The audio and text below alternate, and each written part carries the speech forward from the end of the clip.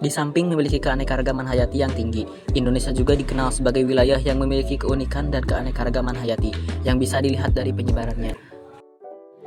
Di dunia terdapat 6 wilayah atau zona utama persebaran makhluk hidup atau biogeografi, yaitu zona Paleartik, zona Neartik, Neotropikal, Ethiopian, Oriental atau Asia, dan Australasian. Indonesia memiliki keunikan karena terletak di antara dua zona biogeografi, yaitu Oriental dan zona Australia. Zona Oriental meliputi wilayah barat Indonesia, yaitu Sumatera, Jawa, Bali, dan Kalimantan. Di wilayah barat Indonesia terdapat hewan-hewan yang memiliki kemiripan dengan hewan-hewan yang terdapat di benua Asia. Misalnya harimau, badak, gajah, banteng, dan kera. Adapun zona Australia meliputi wilayah timur Indonesia, yaitu Maluku dan Papua.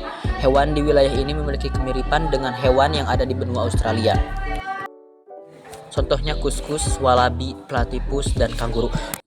Pembagian fauna menjadi dua kelompok tersebut didasarkan pada adanya paparan Sunda dan paparan Sahul. Di antaranya paparan Sunda dan paparan Sahul terdapat garis-garis pemisah yang dinamakan garis Wallace. Garis Wallace merupakan garis hayal yang ditemukan oleh seorang naturalis bernama Alfred Saul Wallace pada tahun 1863. Ia menemukan garis Wallace setelah ia menyadari adanya perbedaan antara fauna bagian barat dan fauna bagian timur. Garis ini membelah Selat Makassar menuju ke selatan hingga ke Selat Lombok. Jadi garis Wallace memisahkan wilayah Oriental dengan wilayah Australia.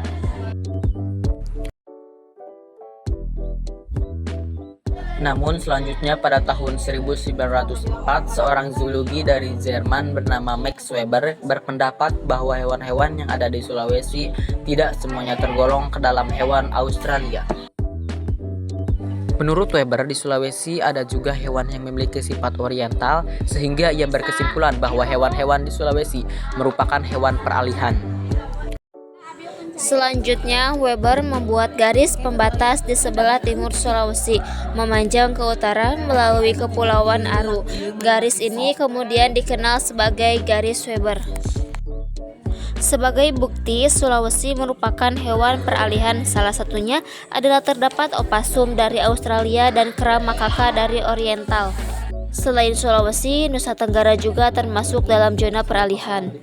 Hewan-hewan yang terdapat dalam zona peralihan antara lain babi, rusa, kuskus, anoa, komodo, dan burung malio. Dengan adanya garis Weber, Indonesia terbagi menjadi 3 zona, pembagi fauna Australia, Asia, dan peralihan. Fauna daerah oriental meliputi Sumatera, Jawa, dan Kalimantan, serta pulau-pulau di sekitarnya memiliki ciri-ciri sebagai berikut.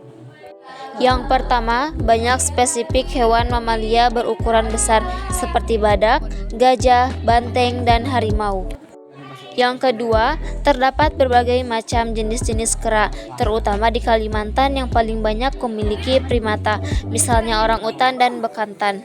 Yang ketiga, burung-burung dapat berbicara, tetapi warnanya tidak seindah burung yang berada di zona Australia, misalnya jalak bali, murai, ayam utan, dan ayam begar.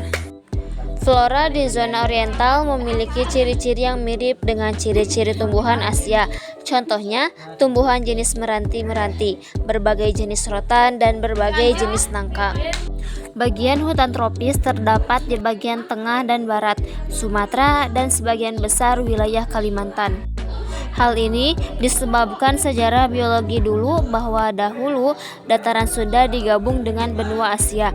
Di dataran Sunda banyak dijumpai tumbuhan endemis, yaitu tumbuhan yang hanya terdapat di tempat tertentu dan batas yang relatif sepi dan tidak terdapat di wilayah lain. Contohnya bunga Rafflesia arnoldi hanya terdapat di perbatasan Bengkulu, Jambi, dan Sumatera Selatan. Serta anggrek Tian Soeharto yang hanya tumbuh di Tapanuli Utara, Sulawesi Utara.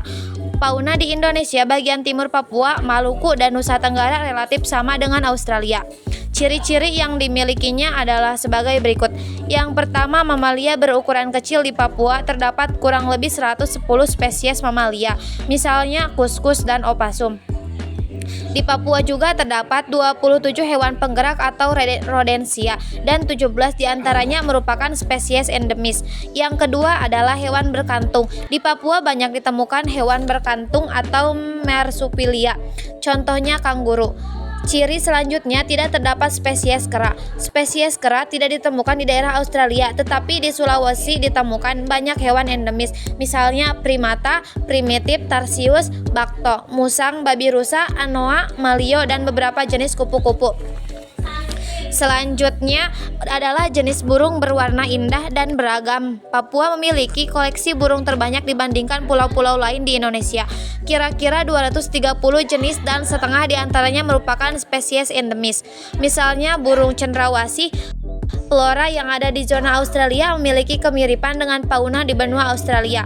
Hutan-hutan di Papua dan pulau kecil yang ada di sekitarnya memiliki corak hutan hujan tropis tipe Australia Utara, dengan ciri sangat lebat dan hijau sepanjang tahun. Beberapa jenis kayu yang bernilai ekonomis tinggi seperti kayu besi, cemara, eber hitam, kenari hitam, kayu merbau.